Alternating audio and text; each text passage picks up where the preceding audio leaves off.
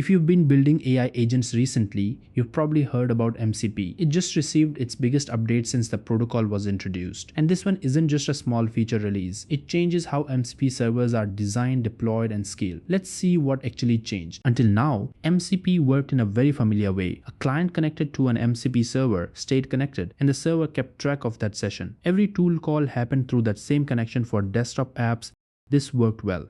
But once developers started deploying MCP servers to the cloud, a problem appeared. Every connected user meant another active session. The server had to remember each one. More users meant more memory, more resources, and more complexity when scaling across multiple servers. The bigger your application became, the harder it was to manage. That's exactly what the latest MCP update fixes. The biggest change is simple. MCP now has a stateless core. Instead of keeping a long-running session, every request becomes independent. A request arrives, the server processes it, the response is returned. Then the server immediately forgets everything about that request. The next request starts fresh. Think of it like ordering food. The cashier doesn't need to remember the previous customer after the order is complete. Every customer is handled independently. That's essentially how the new MCP works. Why is this a big deal? Because stateless systems are much easier to scale. If traffic suddenly doubles, you simply start more servers. Any server can handle any request because none of them depend on previous conversations. This makes MCP much better for modern cloud platforms, serverless deployments, containers, and edge computing for developers. This means simpler infrastructure, lower costs, and far fewer scaling headaches.